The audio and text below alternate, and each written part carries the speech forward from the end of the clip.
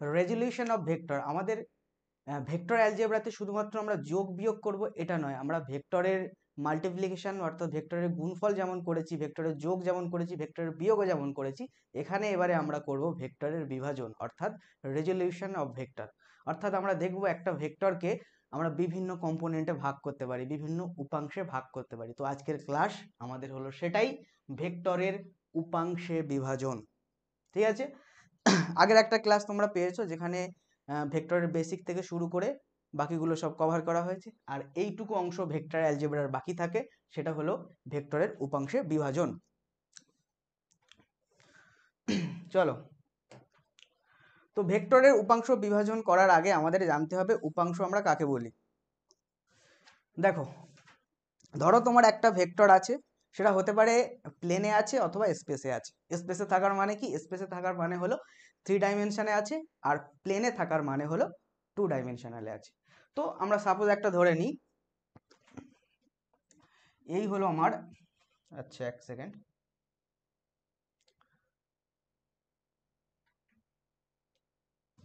হ্যাঁ, সাপোজ এই হলো আমার একটা ভেক্টর এ ভেক্টর, ঠিক আছে।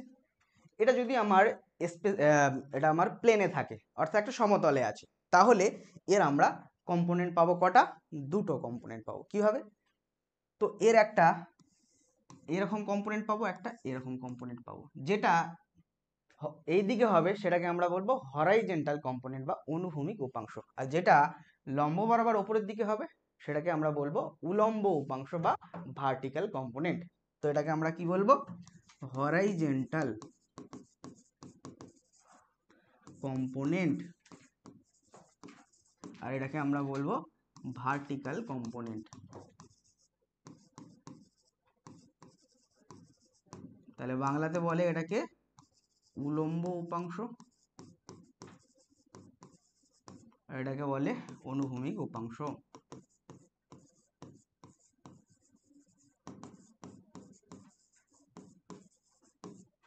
হলো? এবার এই উপাংশকে যদি আমরা অন্যভাবে দেখি, দেখো এ ভেক্টর যদি এরকম একটা থাকে এবং এ ভেক্টরের উপরে যদি আমরা একটা শ্যাডো ফেলি, তাহলে এ ভেক্টরের নিচের দিকে একটা শ্যাডো পাবো। সেই জন্য উপাংশ বা কম্পোনেন্টগুলোকে আমরা অন্য নামে বলতে পারি প্রজেকশন বা অভিক্ষেপ। কি? প্রজেকশন বা অভিক্ষেপ। তো আজকে আমরা দেখব যে ভেক্টরকে যদি আমরা বিভিন্ন পার্টে ভাঙি, যদি আমরা এটা আমাদের প্লেনে থাকে তাহলে এই ভেক্টরটার আমরা দুটো কম্পোনেন্ট পাবো, দুটো ভাগে ভাগ করতে পারবো। এবং যদি এটা 3 ডাইমেনশনালে থাকে, স্পেসে থাকে, তাহলে এর আমরা তিনটে কম্পোনেন্ট পাবো। এছাড়াও ধরো তোমার একটা ভেক্টর আছে 10 আই ক্যাপ, তো একে তুমি 10টা ভাগে ভাগ করতে পারো। প্রত্যেকটা ভাগ হবে I cap plus I cap plus I cap up to 10 I cap পর্যন্ত। এবারে এই একই ভেক্টরকে তুমি আরো অনেকগুলো ভাগে ভাগ করতে পারো। তো আই ক্যাপ গুলোকে আমরা তখন লিখবো half I cap, half I cap. তাহলে ডিভিশনটা কতটা হবে? 20টা ভাগে ভাগ করতে পারো। তাহলে একটা ভেক্টরকে আমরা ইনফিনিট পরিমাণে ভাগ করতে পারি, অসংখ্য বিভাজন করতে পারি। কিন্তু যদি আমরা এমন একটা উপাংশে ভাগ করতে চাই যে উপাংশটাকে আমরা দুটো উপাংশ পাবো, যেখানে একটা পাবো হরাইজন্টাল, একটা ভার্টিক্যাল, তখন সেই বিভাজনটাকে বলা হবে, একটা স্পেশাল টাইপ নেম দেওয়া হয়েছে, তাকে বলা হবে রেক্ট্যাঙ্গুলার কম্পোনেন্ট বা রেক্ট্যাঙ্গুলার কম্পোনেন্ট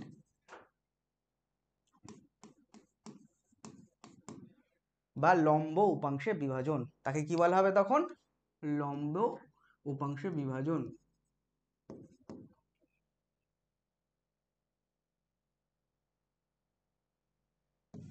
লম্ব উপাংশে বিভাজন। তাহলে মূল বিষয়টা ক্লিয়ার হলো যে যদি দুটো কম্পোনেন্ট এরকম পাওয়া যায়, একটা হরাইজন্টাল একটা ভার্টিক্যাল, অনুভূমিক উলম্ব, তখন আমরা তাকে বলবো লম্ব উপাংশে বিভাজন। আর নর্মাল আমরা একটা ভেক্টরকে ইনফিনিট পরিমাণে বিভাজন করতে পারি।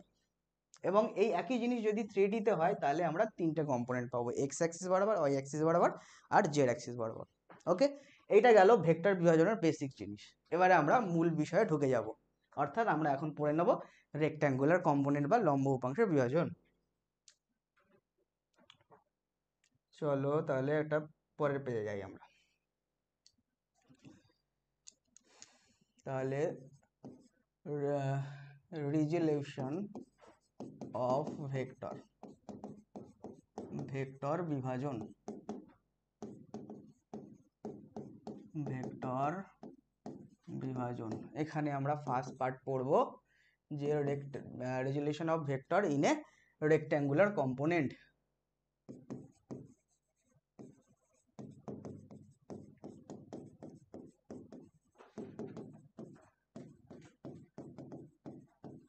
Rectangular component.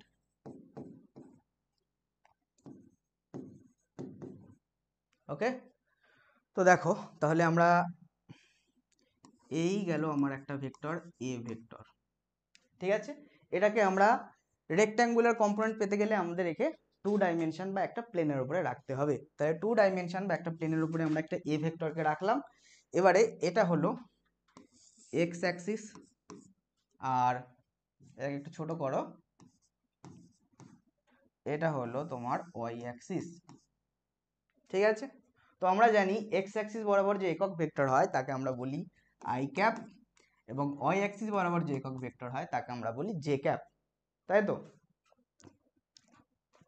এবারে দেখো যদি এ ভেক্টর এই হরাইজন্টালের সাথে আলফা কোণ করে, তাহলে এই কোণটা কি হলো, আলফা কোণ করে। এবারে আমরা দেখব কি, যে আমরা ভেক্টরকে দুটো পার্টে ভাঙতে পারছি। এখানে এদিকে এক্স অক্ষ বরাবর একটা পার্ট হবে, ওয়াই অক্ষ বরাবর একটা পার্ট হবে। যদি এটাকে দুটো পার্টে আমরা ভাঙতে পারি তাহলে স্বাভাবিকভাবে এই দুটো পার্টকে যোগ করলে আবার আমার মূল ভেক্টরটাকে আমি ফিরে পেতে পারবো, তাই না।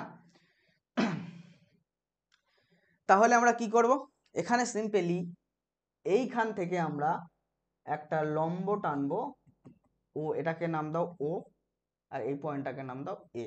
তাহলে এ এটাকে নাম দাও সি, তাহলে এসি একটা লম্ব আমি টানলাম ও এক্স এর উপরে, এবং এই পয়েন্ট থেকে ওয়াই অ্যাক্সিসের উপরে একটা আমরা লম্ব টানলাম, যেটাকে আমরা বলবো এখানে নাম দিলাম ডি। তাহলে এসি আর ওডি লম্ব আমরা টানলাম এক্স আর ওয়াই অ্যাক্সিসের উপরে। ওকে, তখন কি হবে, এই যে ওসি আর এখান থেকে দেখলে ওডি,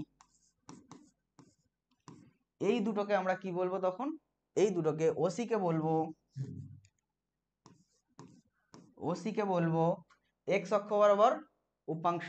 তাহলে এক্স অক্ষ বরাবর এ এর উপাংশ, এ ভেক্টরের উপাংশ, আর ওডি হলো ওয়াই অক্ষ বরাবর এ ভেক্টরের উপাংশ।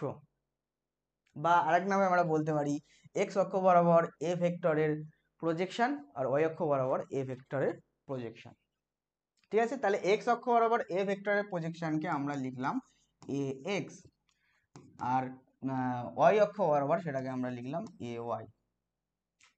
হলো, এবারে আমরা দেখব এ এক্স আর এ ওয়াই এর ভ্যালুটা কি হয়। তো সেটা করার জন্য এবারে স্বাভাবিকভাবেই দেখো আমরা ভেক্টরকে দুটো পার্টে ভাঙলাম, ওসি আর ওডি। তাহলে এই দুটো পার্টকে যোগ করলে আমি আমার আগের ভেক্টরটাকে ফিরে পাবো স্বাভাবিকভাবেই। তো চলো দেখি সেটা আমরা করতে পারি কিনা। ওসি ভেক্টর প্লাস ওডি ভেক্টরকে যদি আমরা যোগ করি তাহলে আমরা এই ভেক্টরটাকে ফিরে পাবো, ও এ ভেক্টরটাকে।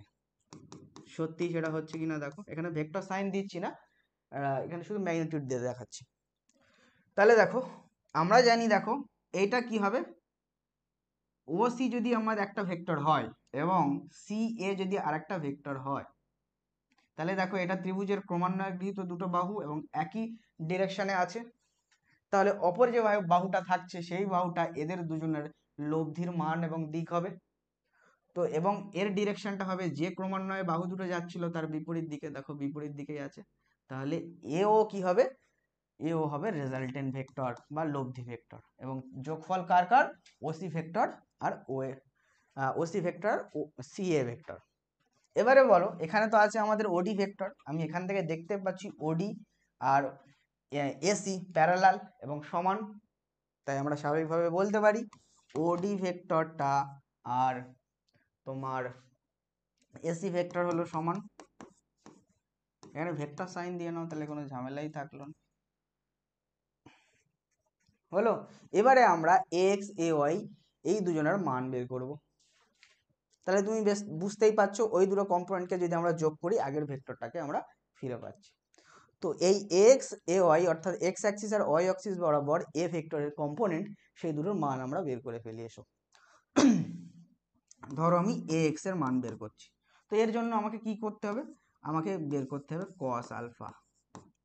আমরা কি ধরেছি, এ ভেক্টর ভূমির সাথে অনুভূমিকের সাথে আলফা কোণ করেছে, তাহলে কস আলফা ইকুয়ালস টু কি হবে, আমরা জানি ভূমি বাই অতিভুজ। তাহলে ভূমি কোনটা, ভূমি হলো ওসি,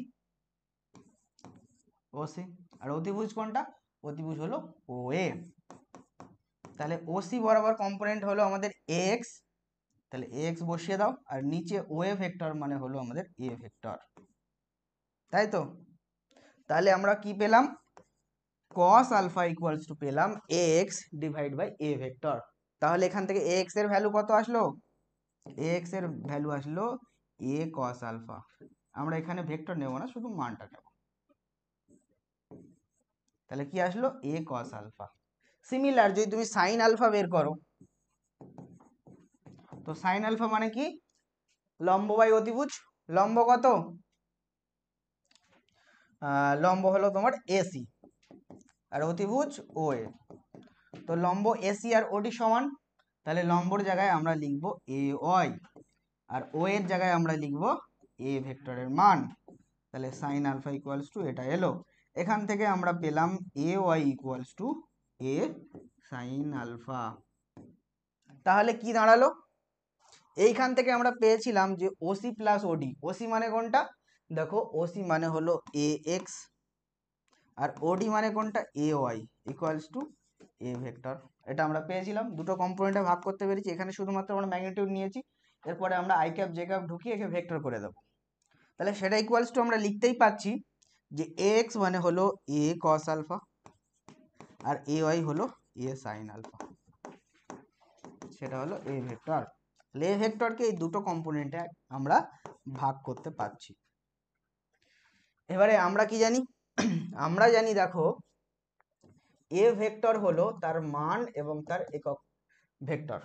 তাহলে সেটাকে আমরা এ ক্যাপ যদি লিখি, তাহলে আমরা এখান থেকে বলতেই পারি এ ক্যাপ একক ভেক্টর হলো মূল ভেক্টরের মান এবং তার ডিরেকশনে, এই এ ক্যাপের ডিরেকশনটা কোন দিকে হবে, যে ভেক্টরের ডিরেকশনে আমরা একক ভেক্টর বের করছি তার ডিরেকশনে হবে, এবং তাকে তার মান দিয়ে ডিভাইড করলে আমরা একক ভেক্টর পেয়ে যাব। আমরা জানি একক ভেক্টর হলো এ ভেক্টরের ডিরেকশনে যদি একক ভেক্টর বের করতে হয় সেটা হলো এ ভেক্টরকে তার মান দিয়ে ভাগ করতে হবে, তাহলে তার ডিরেকশনে আমরা একক ভেক্টরটা পাবো।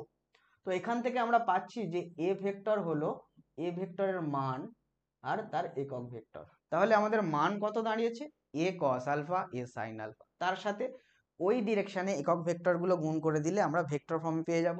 তাহলে দেখো এ সাইন আলফা বা এ কস আলফা, যদি প্রথমেই দেখো এ কস আলফা তার ডিরেকশনে একক ভেক্টর হলো আই ক্যাপ, আর এ সাইন আলফা তার ডিরেকশনে একক ভেক্টর হলো জে ক্যাপ।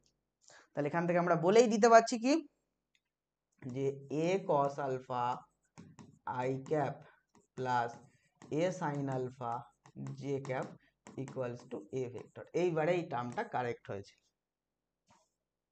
বা আমরা বলবো এ কস আলফা মানে কি, x I cap plus A Y J cap equals to A vector. বোঝা গেল। এইবারে এ ভেক্টরে যদি তুমি মান বের করতে চাও, আমরা ভেক্টরের মান কিভাবে বের করি, ভেক্টরের মান আমরা তার মডুলাস করে বের করি, মানে আমরা শুধুমাত্র ওখান থেকে মানটা নেব, ডিরেকশনটা নেব না। তো সেটার জন্য আমাদের কি করতে হবে, আই ক্যাপের সাথে কি আছে এক্স, তাহলে এক্স এর স্কোয়ার, আর জে ক্যাপের সাথে আছে এ ওয়াই এর স্কোয়ার, তাই তো।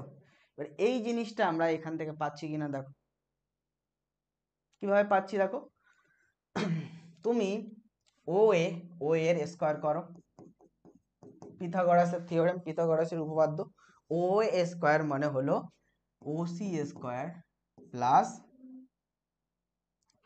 এসি স্কোয়ার, ঠিক আছে। তাহলে দেখো এখান থেকে ও এর ভ্যালু কত দাঁড়ালো, root over of OC square plus AC square. আচ্ছা ওসি মানে কি, ওসি মানে এক্স, তাহলে আমরা লিখতে পারি এস এর স্কোয়ার, এক্স এর স্কোয়ার, এবং এসি মানেটা কি, এসি মানে হলো এখান থেকে এইটা, আর যার প্যারালাল হলো প্যারালাল এবং সমান, তাহলে এসি এর সমান এবং সমান্তরাল হলো ওডি। তাহলে ওডির জায়গায় আমরা এসির জায়গায় ওডি লিখতে পারি, এবং ওডি মানে আমরা জানি এ ওয়াই। তাহলে আমরা পেয়ে যাচ্ছি, তার মানে আমাদের সমস্ত এই ভাঙাভাঙি ক্যালকুলেশন গুলো সব পারফেক্ট দিকেই যাচ্ছে। ওকে, তাহলে এইটা আমরা পেলাম রেজলিউশন অফ ভেক্টর, ভেক্টরের বিভাজন। রেজলিউশন মানে কি? রেজলিউশন মানে হলো বিভাজন, ভেক্টরের বিভাজন ইন এ রেক্ট্যাঙ্গুলার কম্পোনেন্ট, লম্ব উপাংশে বিভাজন। কি বিভাজন? লম্ব উপাংশে বিভাজন। তাহলে আমরা ভেক্টরের বিভাজন পড়লাম, যেখানে মূল জিনিসটা আমরা পড়ে নিলাম যে লম্ব উপাংশে বিভাজন। ওকে, এরপরে আমরা যাব যে এই একই রেক্ট্যাঙ্গুলার কম্পোনেন্ট ভেক্টরের একই লম্ব উপাংশে বিভাজন, কিন্তু এটা ছিল আগেরটা আমার কি ছিল? আগেরটা ছিল 2D তে, এটা দেখো দুটো ডাইমেনশন, এক্স অ্যাক্সিস আর ওয়াই অ্যাক্সিস। এবারে আমরা যাব প্লেন থেকে স্পেসে, অর্থাৎ 3 ডাইমেনশনাল। দুটো ডাইমেনশন থাকলে তাকে আমরা সমতল বা প্লেন বলি, আর 3টে ডাইমেনশন থাকলে তাকে আমরা স্পেস বলি। ওকে, তো যদি 3D তে আমরা দেখি, তাহলে একই রেক্ট্যাঙ্গুলার কম্পোনেন্ট কিন্তু আমরা দেখব ইন 3 ডাইমেনশন, ঠিক আছে? অর্থাৎ স্পেসের ক্ষেত্রে আমরা দেখব, ওখানে ছিলাম আমরা প্লেনে, এখানে আমরা চলে এসেছি স্পেসে, অর্থাৎ 3 ডাইমেনশনালে আমরা ভেক্টরের একই রেক্ট্যাঙ্গুলার কম্পোনেন্ট গুলো দেখে নেব, ঠিক আছে? কম্পোনেন্ট। এবারে দেখো, আমাদের ত্রিমাত্রিক দেশে একটা ভেক্টর ধরো আছে এ ভেক্টর। এই ছবিটা একটুখানি 3 ডাইমেনশনালি বোঝার চেষ্টা করো। একটা ভেক্টর ত্রিমাত্রিক দেশে আমাদের আছে এ ভেক্টর, ঠিক আছে? তাহলে এ ভেক্টরের আমরা কম্পোনেন্ট পাবো ত্রিমাত্রিক দেশে। কটা কম্পোনেন্ট পাবো? ম্যাক্সিমাম 3টে কম্পোনেন্ট পাবো। তো 3টে কম্পোনেন্ট যদি এক্স অ্যাক্সিস বরাবর যে কম্পোনেন্টটা পাবো, এগুলো দেখো ওদের ব্লু কালি দিয়ে লেখা আছে, সেটা হবে কি এ এক্স। ওয়াই অ্যাক্সিস বরাবর যেটা হবে সেটা হবে A Y, R Z Axis বরাবর যেটা হবে সেটা হলো এ জেড। তো আমাদের দেখতে হবে যে এ ভেক্টর ইকুয়ালস টু 3টে component a x plus A y plus A z. যদি 3টে কম্পোনেন্টে ভাঙা যায়, তাহলে 3টে কম্পোনেন্ট যোগ করলে আমাদের এ ভেক্টরটাকে পেয়ে যাবো নিশ্চয়ই। তো এটা আমাদের দেখতে হবে। তো তার জন্য কি করলাম, এ ভেক্টরকে কেন্দ্র করে একটা আমরা ঘনক এঁকে নিলাম, ঠিক আছে? বা এটাকে আয়তঘনকও বলতে পারো তুমি, আয়তঘনক এঁকে নিলাম। এবারে করব কি আমরা, এ ভেক্টরের এই ডিরেকশনে যে কম্পোনেন্টটা আমরা পাবো সেটাকে আমরা নাম দিলাম এক্স। তাহলে এদিকে হলো এক্স, এদিকে যেটা পাবো আমরা তাকে নাম দিলাম এ ওয়াই, এটাকে নাম দিলাম এ জেড। কারোর কোনো আপত্তি নেই, ঠিক আছে? এবং আমরা দেখবো যে 3টে কম্পোনেন্ট সত্যি এই 3টে কিনা। তাহলে দেখো, আমরা এখানে যদি ভেক্টরের ত্রিভুজ সূত্র অ্যাপ্লাই করি এই ত্রিভুজটার জন্য, ও এ বি এর জন্য, ও এ ই এর জন্য, ও এ ই ত্রিভুজের জন্য যদি আমরা ত্রিভুজ সূত্র অ্যাপ্লাই করি, তাহলে দেখতেই পাচ্ছ ওই ভেক্টর এই দিকে, আরেকটা আমরা ধরে নিলাম এখানে ই এ ভেক্টর এই দিকে, তার বিপরীত তার একটা বাহু বাকি থাকে ত্রিভুজের, সেটা হলো তার রেজাল্টেন্ট ভেক্টর ও এ। তাহলে আমরা এখান থেকে বলতে পারছি O E vector plus E A vector equals to তাদের resultant vector O A vector.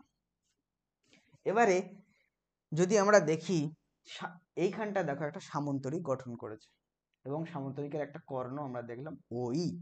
তাহলে এখানে যদি তুমি খেয়াল করো, দেখো ও বি ভেক্টর আর কি আছে ও ডি ভেক্টর, আর তার মাঝখান দিয়ে কর্ণ চলে গেছে ওই ভেক্টর। তাহলে সামন্তরিক সূত্র কি বলে যে O B vector plus OD vector equals to কি হবে, তার মাঝখান দিয়ে চলে যাওয়া কর্ণটা, এবং 3টে একই ইনিশিয়াল পয়েন্ট থেকে শুরু হয়েছে।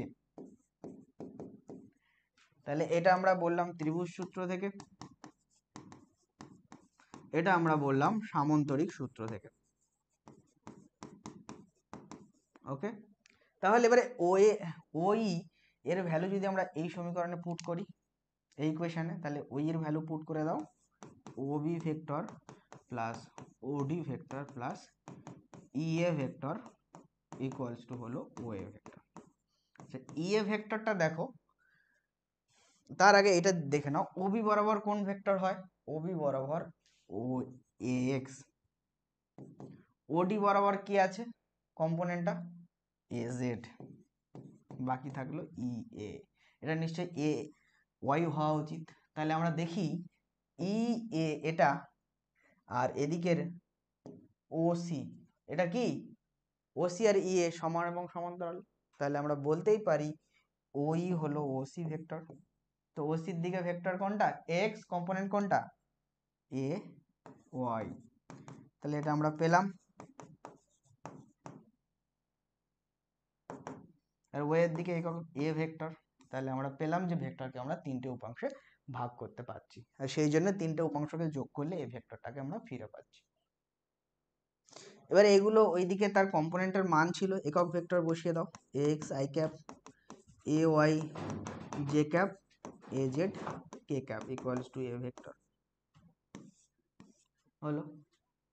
এবারে যদি আমি খেয়াল করি যে এই এ ভেক্টরের মান কত হবে, এ ভেক্টরে এটা যদি হয় ভেক্টর ডিরেকশন, টোটাল এ ভেক্টরটা যদি ওটা হয় তাহলে এ ভেক্টরের মান কত হবে, আমরা জানি root over of A x square plus A Y square plus A Z square. এটাই আমরা এখান থেকে দেখবো সত্যি পাচ্ছি কিনা। তো সেটা আমরা কিভাবে করতে পারি, তো দেখো আমরা প্রথমেই এই দুটোকেই কাজে লাগাবো। প্রথমে দেখো আমরা পেলাম ও এর স্কোয়ার যদি করি, ও এর স্কোয়ার যদি করি তাহলে আমরা কি বলবো, ও এর স্কোয়ার করলে আমরা বলবো সেটা হলো ওই প্লাস এ এর হোল স্কোয়ার, ওই স্কোয়ার প্লাস এই স্কোয়ার, তাই না? তাহলে ও এর স্কোয়ার হলো ওই স্কোয়ার প্লাস এই স্কোয়ার। এবং আরো যদি আমরা দেখি এই ত্রিভুজটার ক্ষেত্রে যদি আমরা দেখি তাহলে এখান থেকে আমরা বলতে পারছি দেখো ও বি এর স্কোয়ার, ও বি এর স্কোয়ার আর বিই এর স্কোয়ার ইকুয়ালস টু হলো ওই এর স্কোয়ার।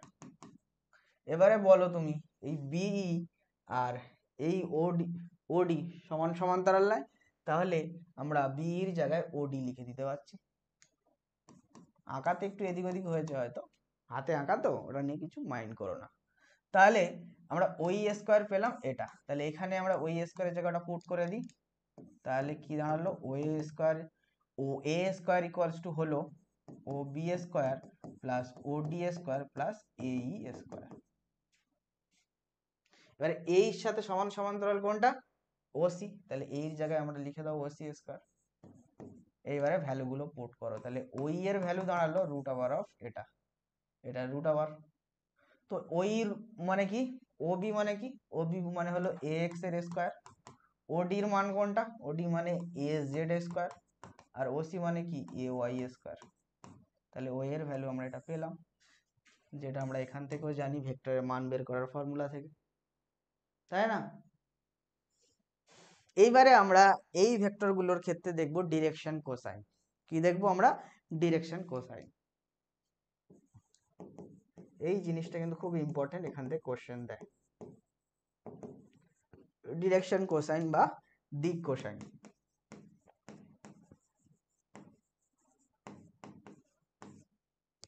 ঠিক আছে, তাহলে এটা কি বলা হয়, ডিরেকশন কোসাইন বা দিক কোসাইন।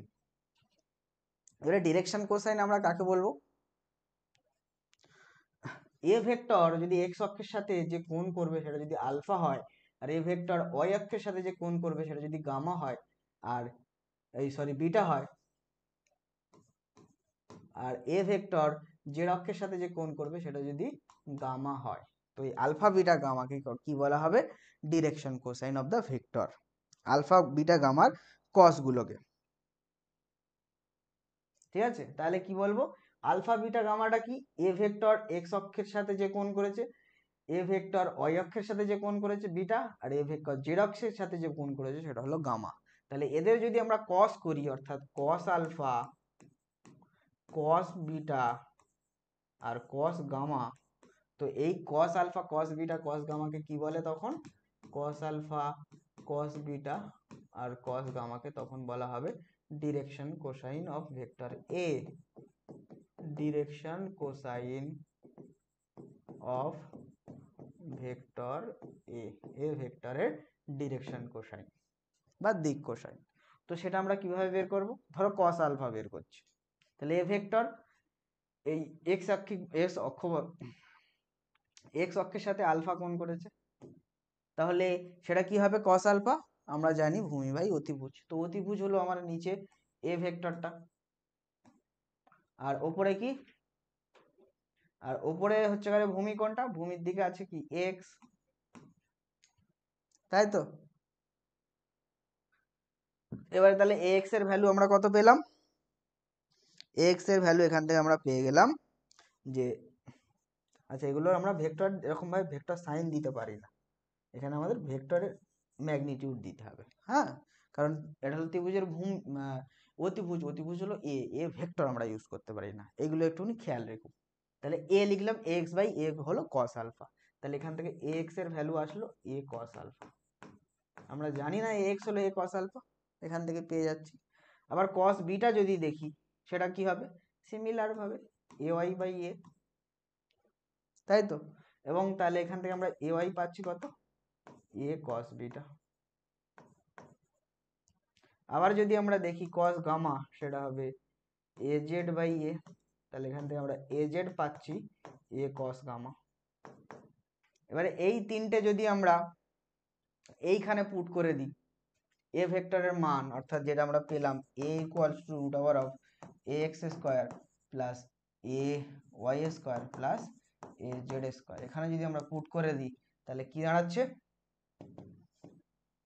এক্স স্কোয়ারের জায়গায় আমরা কি বলবো, এটার স্কোয়ার, অর্থাৎ এ স্কোয়ার কস স্কোয়ার আলফা, এখানে হবে পরেরটা হবে এ স্কোয়ার কস স্কোয়ার বিটা, তারপরেরটা হবে এ স্কোয়ার কস স্কোয়ার গামা, হলো। আর এখানে আছে এ, এখানে যদি আমি এ স্কোয়ার কমন নেই তাহলে কি দাঁড়াচ্ছে, cos square alpha cos square beta plus cos square gamma, ঠিক আছে। তাহলে দেখো এবার এদিকে আছে এ, এবারে বোথ সাইডকে যদি আমি স্কোয়ার করি তাহলে আচ্ছা এই যে এ স্কোয়ার কমন নিলাম তিনটে থেকে, সেই স্কোয়ারটা রুটের বাইরে বেরিয়ে আসলে কি হবে, এ হবে না, তাহলে এটা হবে এ, আর এই এ কেটে গেল। এবারে বোথ সাইডে এদিকে ওয়ান থাকলো আর এদিকে এটা থাকলো, এবার বোথ সাইডে যদি স্কোয়ার করি আমি এখান থেকে রুটটা উঠে যাবে আর এদিকে হবে ওয়ান, তাহলে আমার এখান থেকে কি পেয়ে গেলাম, কোথায় লিখি, এই ধারে লিখছি দেখো, পেয়ে গেলাম এখানটায় লিখি cos square alpha plus cos square beta plus cos square gamma equals to 1, এই একটা ফর্মুলা আমরা পেয়ে গেলাম, ঠিক আছে। এবারে একই ফর্মুলা থেকে আরেকটু ইন্টারচেঞ্জ করা যায়, কি হবে দেখো, আমরা জানি কস স্কোয়ার মানে হলো 1 মাইনাস সাইন স্কোয়ার আলফা, কারণ কেন, আমরা জানি sine square alpha plus cos square alpha equals to 1, তাহলে cos square alpha equals to আমরা লিখতে পারি 1 মাইনাস সাইন স্কোয়ার আলফা, তাই না, কেউ আপত্তি করবে না এখানে। তাহলে 1 minus sine square alpha 1 minus sine square beta plus 1 minus sine square gamma equals to 1, তাহলে দেখো দাঁড়ালো কত, এ একটা 1 এ একটা 1 এ একটা 1, তাহলে এদিকে গেল কত 3 আর ওদিকে আছে 1, তাহলে 3 মাইনাস এই তিনটে হলো 3 মাইনাস মাইনাস কমন নিলাম, তাহলে থাকলো sine square alpha plus sine square beta plus sine square gamma, হলো ইকুয়ালস টু কত 1, তাহলে এইগুলো পার্টকে এপারে নিয়ে আসি, ওয়ানটাকে এপারে নিয়ে আসি, তাহলে 3 মাইনাস 1 ইকুয়ালস টু এই পার্টটা, তাহলে এখান থেকে আমরা কি পেলাম, পেলাম sine square alpha sine square beta plus sine square gamma equals to 2, তাহলে দুটো ফর্মুলা এখান থেকে আমরা পেয়ে গেলাম, হলো। এই টোটাল ছিল আমাদের rectangular component of A vector, একটা ভেক্টরের লম্ব উপাংশের বিভাজন ইন 3D ত্রিমাত্রিক দেশে, তাহলে ত্রিমাত্রিক দেশে একটা ভেক্টরের লম্ব উপাংশের বিভাজন, এই টোটালটা একবার ভিডিও রিক্যাপ করে ভিডিও পিছিয়ে দিয়ে আরেকবার দেখে নেবে, এর ভিতরে অনেক জড়িঘন্টি আছে, ভালো করে একটু দেখে নেবে। চলো এবারে দেখো, তাহলে আমরা ভেক্টর বিভাজন পুরো কমপ্লিট করে ফেললাম। আর প্রথমে শুরুতে বলেছি একটা ভেক্টরকে আমরা ইনফিনিট টাইপ ভাগ করতে পারি, কিন্তু যদি দ্বিমাত্রিক দেশে হয় অর্থাৎ প্লেনে বা 2D তে হয় তাহলে ম্যাক্সিমাম দুটো কম্পোনেন্ট পাবো এবং 3D তে হলে ম্যাক্সিমাম তিনটা কম্পোনেন্ট পাবো। আর একটা জিনিস বলি, ধরো আমি 2D তে একটা ভেক্টর আছে, তার এটাকে বলে হরাইজন্টাল কম্পোনেন্ট, এটাকে বলে ভার্টিক্যাল বা উলম্ব উপাংশ, এটা উলম্ব উপাংশ এটা অনুভূমিক উপাংশ, এবং এটা আলফা কোণ করে, তাই তো, এটা যদি আলফা কোণ করে তাহলে দেখো এ ভেক্টরের আমি ত্রিমাত্রিক দেশেই যদি বলি এটা এক্স ওয়াই জেড ত্রিমাত্রিক দেশেই যদি আমি বলি এ ভেক্টরের মান কত আসছে, মান আসছে root over of A X এর স্কোয়ার এ ওয়াই এর স্কোয়ার প্লাস এ জেড এর স্কোয়ার। আর প্রত্যেকের মান জানি X A Y A Z মানে কি জানি আমরা, এক্স হলো কস এ কস আলফা, এ ওয়াই হলো A sine alpha sorry A cos beta, আর এ জেড হলো এ কস গামা। প্রত্যেকের মান আমরা জানি। এবারে বলো তাহলে এই ভেক্টরের ডিরেকশন কোন দিকে হবে, ট্যান আলফা কত হবে? আলফাটা কি, এ ভেক্টর এক্স অক্ষের সাথে যে কোণ করবে। তাহলে রেজাল্টেন্ট ভেক্টর, হ্যাঁ তাহলে ট্যান আলফার আমরা কি পাবো দেখো, দুটো যদি এটা দ্বিমাত্রিক দেশেই যদি হয় তাহলে দ্বিমাত্রিক দেশে এ ভেক্টরের মান কত হবে, root over of A x square plus A Y square. আর এটার মান আমরা জানি এ কস আলফা, আর এটা হলো এ সাইন আলফা। এবারে আমি বের করতে চাইছি তার ডিরেকশন বের করব, ট্যান আলফা বের করব। তাহলে ট্যান আলফা ইকুয়ালস টু আমরা কি লিখতে পারি, দেখো ট্যান আলফা ইকুয়ালস টু আমরা লিখতে পারি A sine alpha by A cos alpha. তাহলে থাকলো তো ট্যান আলফা, আর এ সাইন আলফা মানে কি, এ সাইন আলফা মানে হলো A Y, R A cos alpha মানে হলো এ এক্স। তাহলে ট্যান আলফার তাহলে আলফা কত দাঁড়ালো, আলফা দাঁড়ালো tan inverse A Y by A X. তার এ ওয়াই মানে কি, এ ওয়াই মানে উলম্ব উপাংশ, এক্স মানে অনুভূমিক উপাংশ। তাহলে ট্যান ইনভার্স করলে আমরা এই আলফা অ্যাঙ্গেলটা পেয়ে যাব। আলফা অ্যাঙ্গেলটা কি, অনুভূমিকের সাথে এই এ ভেক্টর যে কোণ করেছে। হলো,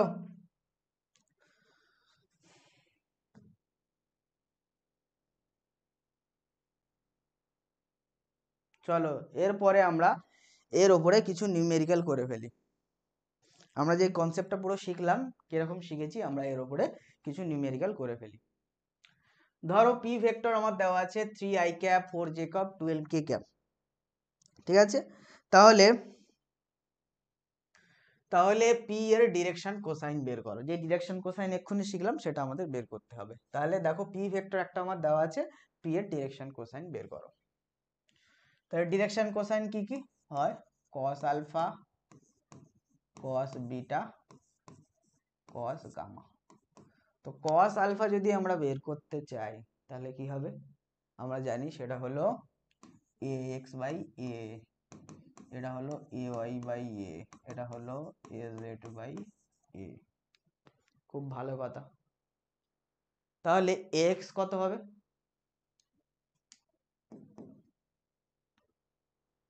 এক্স কত হবে, এ ওয়াই কত হবে, এ জেড কত হবে, এর মানটা কত হবে। এবার এখানে আমাদের ভেক্টরটার মান এর জায়গায় কি দেওয়া আছে, পি দেওয়া আছে। তাহলে এগুলো কি চেঞ্জ করে হবে, উপরে হবে P X by P, P Y by P, P Z by P. তো পি এক্স বাই পি, তাহলে পি প্রথমে আমাদের বের করে নিতে হবে। পি ভেক্টরের মান যদি এটা থাকে, পি ভেক্টরটা যদি এটা থাকে, পি ভেক্টরের মান পি ইকুয়ালস টু কত হবে, পি ইকুয়ালস টু হবে root over of 3a square plus 4a square plus 12a square. তাহলে কত দাঁড়ালো, 9 16, 16 9 25, 25 আর ওদিকে 144, 144 আর 25 মানে হলো 169, তার মানে হলো 13, তাই তো। তাহলে পি এর মান হলো সবগুলোর নিচে এবারে আমরা 13 লিখে দিতে পারবো। এবারে আমরা পরপর এক একটা করে বের করি পি এক্সটা কত হবে। আমরা কি জানি, পি ভেক্টরকে আমরা এরকম ভাবে লিখতে পারি P X I cap, P Y J cap, আর পি জেড কে ক্যাপ, একটু আগেই পড়ালাম। তাহলে পি এক্স কত, পি এক্স মানে 3,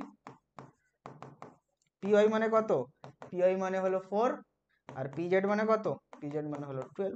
বসিয়ে দাও, পি এক্স এর জায়গায় 3 বসিয়ে দাও, পি ওয়াই এর জায়গায় 4 বসিয়ে দাও, আর এখানে 12 বসিয়ে দাও। এই তিনটে হয়ে গেল তোমার direction cosine, cos alpha, cos beta, cos gamma. তাই তো, খুবই সহজ, কনসেপচুয়াল। এরপরে চলো, I cap plus J cap vector যদি এক্স এবং ওয়াই অক্ষের সাথে কত কোণ করবে। তাহলে I cap plus J cap vector X আর ওয়াই অক্ষের সাথে কত কোণ করবে সেটা আমরা দেখি।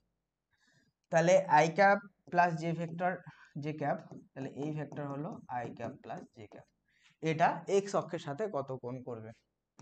এটা হলো এক্স অক্ষ, এটা হলো, ও দুটো অক্ষের সাথে চেয়েছে, তাহলে এক্স অক্ষের সাথে আলফা কোণ করবে ধরে নিলাম, আর ওয়াই অক্ষের সাথে আমরা ধরে নিলাম সেটা বিটা কোণ করবে।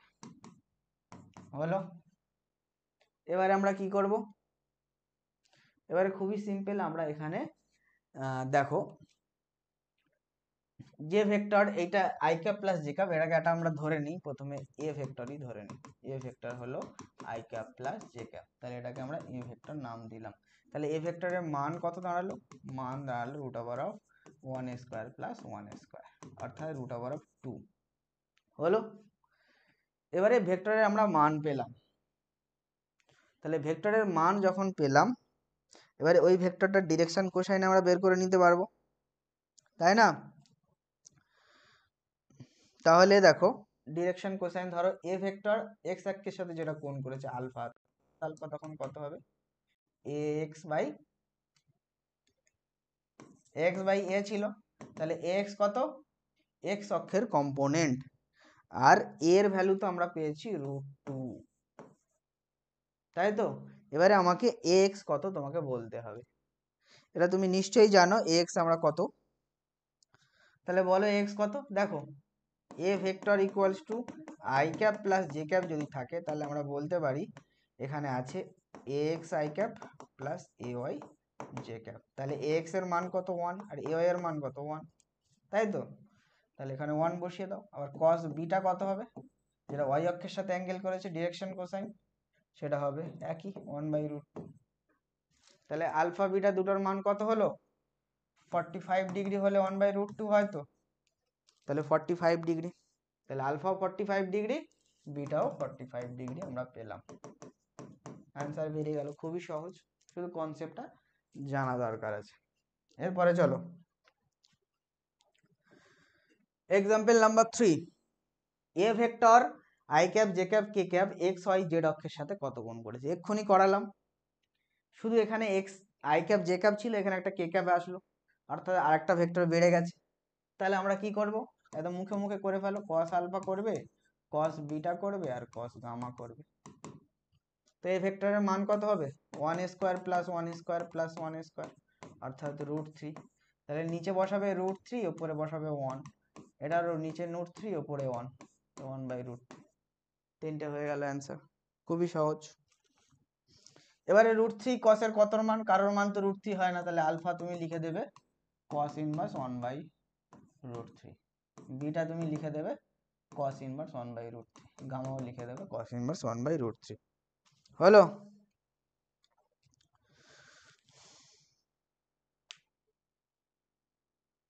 চলো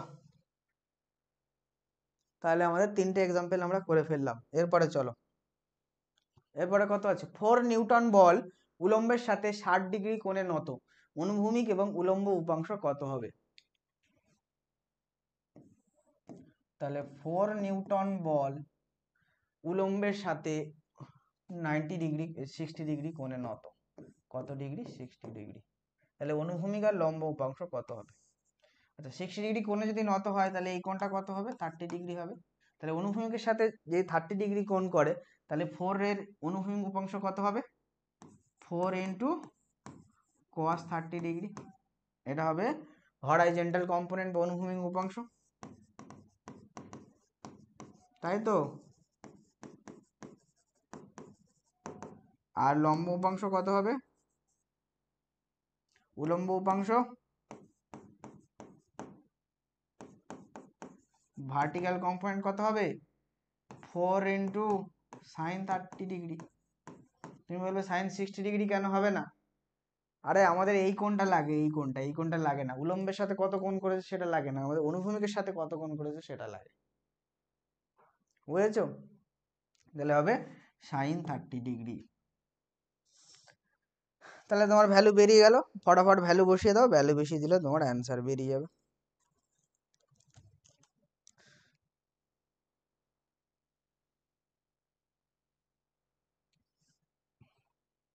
তাই তো, হয়ে গেল। তাহলে অনুভূমিক উপাংশ হলো 4 ইন্টু কস 30 ডিগ্রি। কস 30 ডিগ্রির ভ্যালু কত হয়? √3/2 তো, তাহলে 4 ইন্টু √3/2 অর্থাৎ 2√3 নিউটন। আর এটা কত হলো? সাইন 30 ডিগ্রির ভ্যালু কত হয়?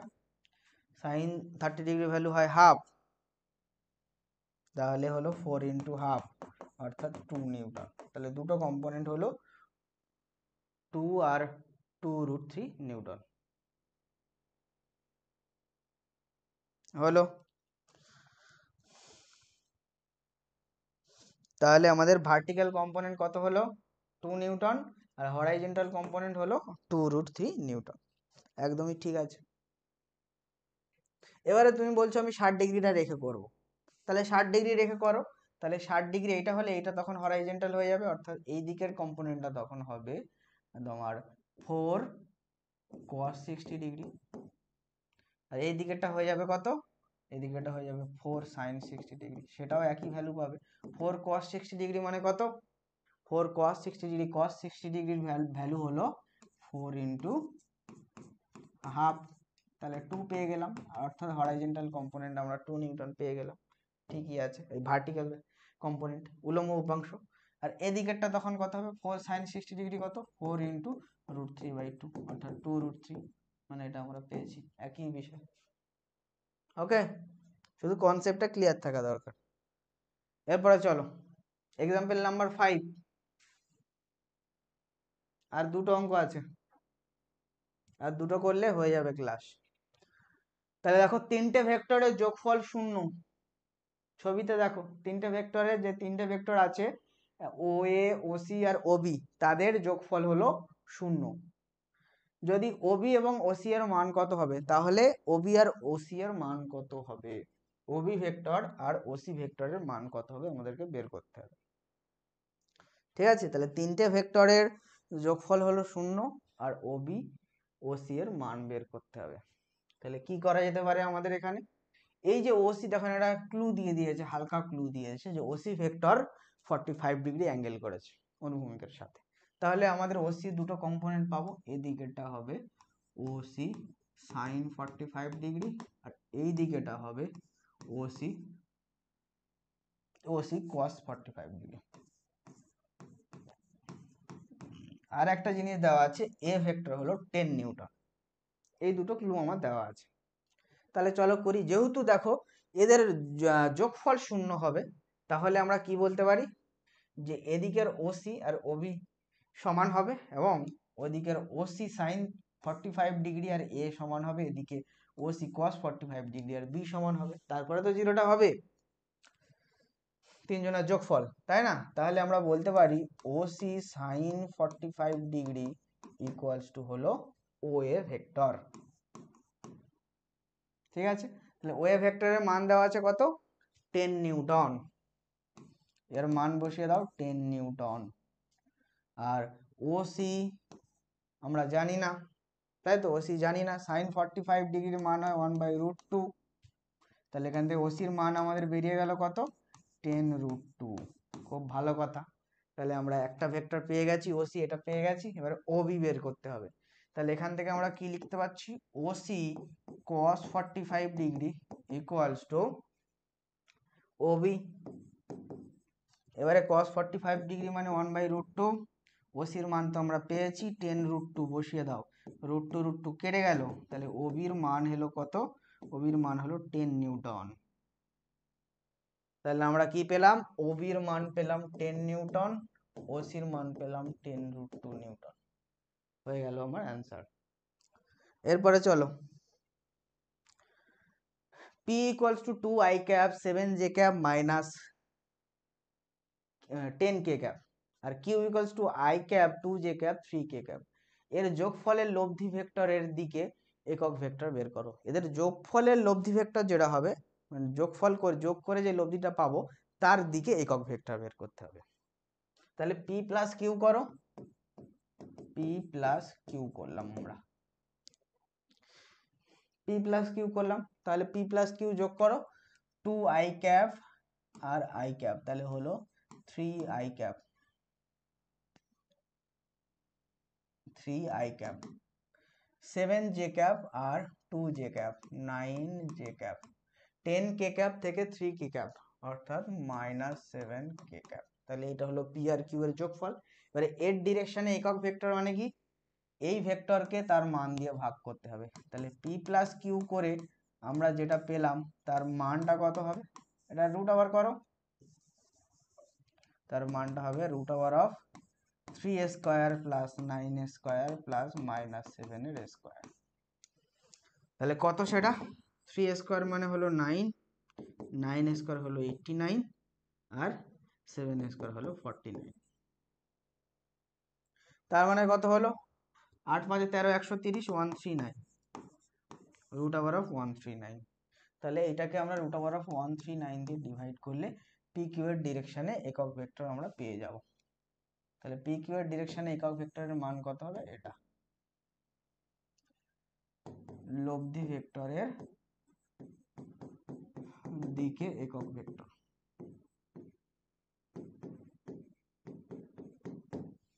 হলো, এই গেল আমাদের টোটাল অঙ্ক আজকে।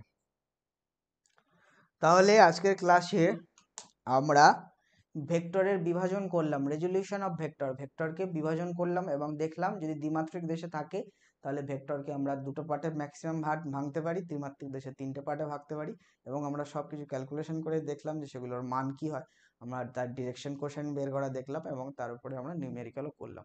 এই ছিল আমাদের টোটাল ভেক্টর বিভাজন। তাহলে এতদিন ধরে আমরা ভেক্টরে কি কি করলাম, সবার আমরা ভেক্টর টোটাল অ্যালজেব্রা আমরা পড়ে নিয়েছি, ভেক্টর কি, ভেক্টর কত প্রকারের হয়, ভেক্টরের যোগ বিয়োগ এবং ভেক্টরের গুণ ভাগ, মানে ক্রস প্রোডাক্ট ডট প্রোডাক্ট, সেগুলো আমরা সব করে ফেলেছি। তাহলে আমাদের, এবং তার সাথে সাথে আমরা প্রজেক্টাইল মোশন বা প্রাসের গতিও করে ফেলেছি। তাহলে আমাদের শুধু বাকি থাকছে একটাই টপিক, সেটা হলো কি, সেটা হলো আপেক্ষিক গতি বা রিলেটিভ ভেলোসিটি। সে আপেক্ষিক গতি বা রিলেটিভ ভেলোসিটির ভিতরে তোমাদের দুটো ইম্পর্টেন্ট টপিক আছে, নদীতে নৌকার গতি আর বৃষ্টির ফোঁটার আপেক্ষিক বেগ। সেটার উপরে একটা ক্লাস আসবে, সেই ক্লাসের কমপ্লিট ওটা তোমরা পেয়ে যাবে। এবং ওটা হয়ে গেলে টোটাল ভেক্টর কমপ্লিট হলো, আর ওদিকে আমরা একমাত্রিক গতিও করে ফেলেছি। তাহলে আমরা টোটাল কাইনেমেটিক্স কমপ্লিট করতে পারলাম। আর তার আগে আমরা তোমাদের ভৌত জগৎ এবং পরিমাপ সেটাও কমপ্লিট করে ফেলেছি, অর্থাৎ আমরা দুটো ইউনিট কমপ্লিট করতে পারবো। দুটো ইউনিটে তোমরা কত মার্কস পাচ্ছ, কাইনেমেটিক্সের এখান থেকে মনে হচ্ছে 11 না 12 মার্কস, আর ওখানে মনে হচ্ছে 3-4 মার্কস, 16 মার্কস মতো পাচ্ছ। সেটা যাই হোক, তো এতটুকু আমরা কিন্তু কভার করতে পারলাম। এবং লাস্টে তোমরা একটা পাবে যেটা হলো most important all type of MCQ, যত ধরনের নতুন এমসিকিউ সংযোজন হয়েছে এবং নতুন সিলেবাস অনুযায়ী যে এমসিকিউ ঢুকবে ইম্পর্টেন্ট এমসিকিউ, সেগুলো আমরা করিয়ে দেবো কার, ভেক্টরের। কারণ একমাত্রিক গতির ওই ক্লাস তো এসে গেছে অলরেডি, ভেক্টর আর একটা ক্লাস দিলে শেষ হয়ে যাচ্ছে, এবং তারপরে ওই ক্লাসটা তোমরা পেয়ে যাবে most important all type of MCQ. Okay, তারপরে ওটা হয়ে গেলে আমাদের নিউটনের গতিসূত্র শুরু হবে, অর্থাৎ লজ অফ মোশন শুরু হবে, এবং তারপরে থাকছে ওয়ার্ক এনার্জি পাওয়ার। তারপরে আর দুটো চ্যাপ্টার থাকছে, সেটা হলো তোমার দৃঢ় বস্তুর ঘূর্ণন এবং গ্র্যাভিটেশন। এগুলো হলো আমাদের সেমিস্টার 1-এর সিলেবাস। ওকে, চলো তাহলে পরের ভিডিওতে আবার তোমাদের সাথে দেখা হচ্ছে।